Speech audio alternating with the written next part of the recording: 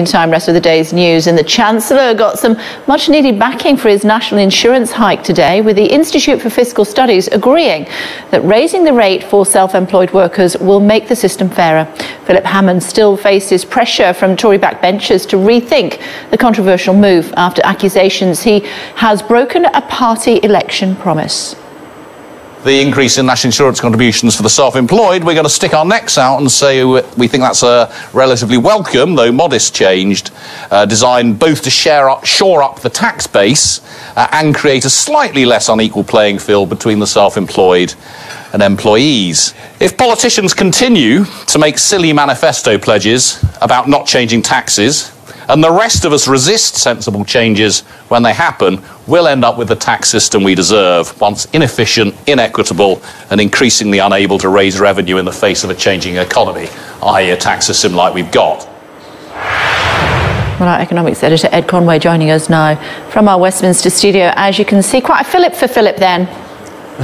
Yeah, it is, and actually it's not just the IFS, the Resolution Foundation, also saying something similar, that they believe that the reforms that the Chancellor is going to bring in will actually be good for the UK economy. Let's just explain what the impact of them is going to be, and you can see that by looking at how much tax different types of employees, or indeed self-employed people, pay on £40,000. So this is how much tax you pay if you had a £40,000 job. If you are employed in a company, the total amount of tax is about £12,000.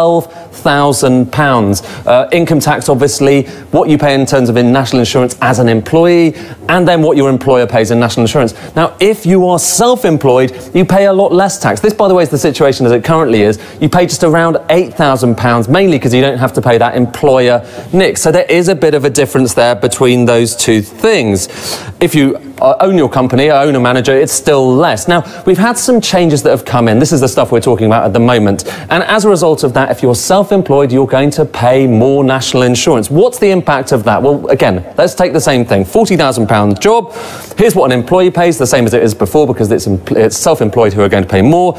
Self-employed, look, they are slightly more. They're getting up to around kind of £9,000 compared to where they were before. But there is still a gap, isn't there? They are still paying less in total than someone who is working for a company. And that's part of the point that the Treasury is trying to make. This is more now, but it's still less than you are paying if you're a full employee. And again, the same, there's been a slight change in the way that dividends are taxed here. So if you are an owner of a business, you pay a little bit more tax as well. But their point is still that employees pay more tax. Them and their companies pay more tax. And that stays in place. But what is the impact of this when you look across the entire economy? Well, have a look at this. This is the latest change that's come in. Basically, from the poorest through to the richest, this is how much extra people across the income spectrum are going to pay as a result of these changes. Class 4 national insurance going up. You can see it's the richest that pay the most. On top of that, the Treasury also announced last year some changes in something called national insurance class 2. It's a very complicated tax. It's more complicated than it needs to be, frankly. But as a result of that, everyone does a little bit better off. That was quite a regressive change. But the upshot, the point they're trying to make here is that these changes are progressive. It is those who earn more who pay more for them. And they think the Treasury should be applauded for that. What they're concerned about, though, is that this fact, that real earnings, this shows you real earnings through the crisis, they fell down a lot, and they are still well shy of where they were before the crisis started. That's the big picture of this budget. It hasn't changed since the last time that the Chancellor updated on that stuff. And look at this, finally, Kay, this is a slightly shocking chart. We've seen something similar back at the time of the autumn statement. This shows you the 10-yearly rate of growth of real earnings, so adjusted for inflation. And look at what happened recently. We had an enormous fall during the crisis. In fact, that level it's at the moment, so that bit there, is the lowest growth rate, the lowest 10-year growth rate since, well, around here. That's about 210 years. Now, the Chancellor is trying to defend himself against all of these accusations, mainly from, like I say, from the political side rather than the economic side. Here's what he said to us earlier on today. We're all Conservatives. No Conservative likes to increase taxes, national insurance, anything else. But we have to do, our job is to do what needs to be done to get Britain match fit for its future. Now, we face uncertain times ahead. We're going through a period of negotiation with the European Union. We don't yet know what the outcome of that negotiation will be. When we have completed that negotiation and we know what our future relationship with Europe will be, what our future relationship with other countries around the world will be, then we have to get out there. We have to sell Britain. We have to up our game. We have to improve our competitiveness. And to do all of those things, we have to be investing now. And that means being prepared to take tough decisions sometimes. Chancellor speaking to us this morning. For now, Ed, thanks very much indeed. Thanks a lot. Lots more on the budget to come this afternoon, including the laugh a minute. Prime Minister and the Chancellor turned comedian. So did they go down a storm? Find out in just a few moments' time. That to come. But first, for you now, budget speeches are not usually known for their comedy value, but the Chancellor certainly wasn't lacking in humour, or attempted humour, yesterday. Here are some of his, I'm going to do rabbit ears, are you ready? Best jokes. Under the last Labour government, corporation tax was 28%. By the way, they don't call it the last Labour government for nothing. From the right honourable gentleman opposite, who is now so far down a black hole that even Stephen Hawking has disowned him. This is the spreadsheet bit, but bear with me because I have a reputation to defend. Well, the parliamentary sketch writer for The Times, Patrick Kidd, and broadcaster and comedian Mark Dolan, both joining us now from central London. As you can see, I was reading your article in The Times this morning, flying back from Newcastle. Patrick, were you impressed? Yes, I mean, it's everything relative to expectations. I mean, Philip Hammond had a reputation for being dry as sandpaper, and here he was for his first budget speech, and not only was he funny, and there were 8 or 9 jokes in there, but he was actually also, he timed them well. He managed to deliver them with a wink, with a knowing nod to the audience, and I was quite impressed, and Theresa May obviously enjoyed it next to him.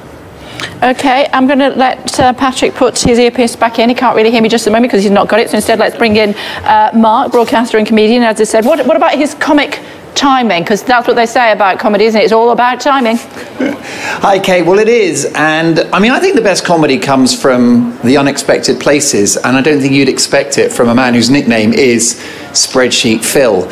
And I think actually he demonstrated quite a sly wit. Let's be honest, the country's over £1.5 trillion in debt. We need to laugh. A bit of levity is quite welcome.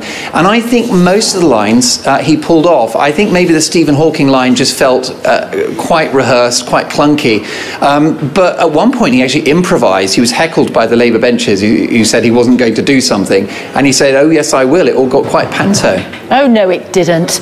Let's bring in Patrick again, should we? That was where you laughed, Patrick? No, maybe it wasn't funny. My comedy timing is rubbish, quite obviously. What did you make, Patrick, of what we saw with the Prime Minister as well? She had a proper belly laugh. She threw her head back and everything, didn't she? It was very light-hearted yesterday in total. Yes, she did. It was, as you see there, it's a laughter that involves the shoulders. It's like sort of Ted Heath or one of those vultures in the Jungle Book. Again, that's slightly out of character for her. But she wasn't laughing at a funny line. Jeremy Corbyn was just talking about local authority finance at the time. And what probably happened is someone had made some crack in her ear and set her off. I remember David Cameron last year suddenly almost wetting himself listening to a question about refugees, which looked very bad on TV. And what it later turned out is that someone had remarked about Jeremy Corbyn behind him, he's rather good, isn't he, sarcastically. And his neighbour said, yes, that's why I voted for him to be Labour leader. And that set Cameron off. And clearly someone had said something to Theresa May. But my God, she was nearly uncontrollable. Yeah, indeed. Mark, does anybody ever laugh like that at your gigs? Or are they more like we saw with Jeremy Corbyn yesterday and pretty straight-faced? Absolutely, that's why I charge the big bucks, Kay. You know, the truth of it is that I do think most of it landed. I think one of the best, in terms of Parliament, the best moment for humour is when all the benches laugh. And even if it's a dig at Labour, for example, there was quite a nice line about driverless vehicles in the budget, and Phil Hammond, you know, referenced the Labour leadership being similar, or Labour being a driverless vehicle. That was kind of a smart line, which had everyone smiling. Those are the good ones. The worst ones are the not particularly funny jokes that have all of your colleagues laughing in an uproarious Theresa May type fashion, where they're just like maybe laughing slightly too hard to make the joke look like it was better than it actually was. And I suppose, Patrick, we have to think about smiling, we have to think about somber faces, and then we also saw one or two smug faces as well, not least with the Health Secretary. Oh, well, as smug is his default position, isn't there? He goes, nods away, yes, he's got what he wants. Deserves a slap round the head, doesn't he? The thing is, so, of course, this is set up against what you get opposite. So in my sketch, I compared this to Phil Hammond's debut on the comedy circuit. And meanwhile, Jeremy Corbyn is sitting there thinking to himself, I didn't realise this was a comedy gig. I've come with a lecture about the evils of capitalism to deliver. And, of course, Corbyn doesn't do jokes.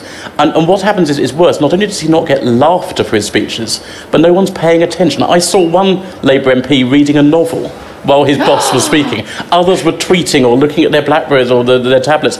And that's bad, when you can't actually even command attention, never mind laughter. OK, a final thought from you, Mark. Do you have a favourite joke? How many times do you get asked that in a day? What's your favourite joke? Well, do you know what? I mean, I was thinking about great political jokes over the years, and I just think that the legacy is with Winston Churchill, who described Clement Attlee as a modest man with a lot to be modest about. And I think, you know, try as they might, the current politicians of our era will probably never match Winston Churchill's wit. So he's the Don. He's the king of comedy when it comes to politics. OK, Patrick, do you have one? Well, thinking about the Attlee one, there was another, I think all good jokes about Churchill, aren't they? About an empty taxi drawing up and Clement Attlee got out of it, which in a very sort of stiletto to the ribs sense just tells you everything about how modest he was, although obviously he turned out to be a rather good Prime Minister. Indeed. So, gentlemen, that was great. Thanks very much indeed for joining us. We appreciate it. Thanks a lot. Have you got a favourite joke that you'd like to share with me this afternoon? I can't think of any political ones off the top of my head. My favourite joke, I only ever do cheese jokes. What cheese do you use to hide a horse?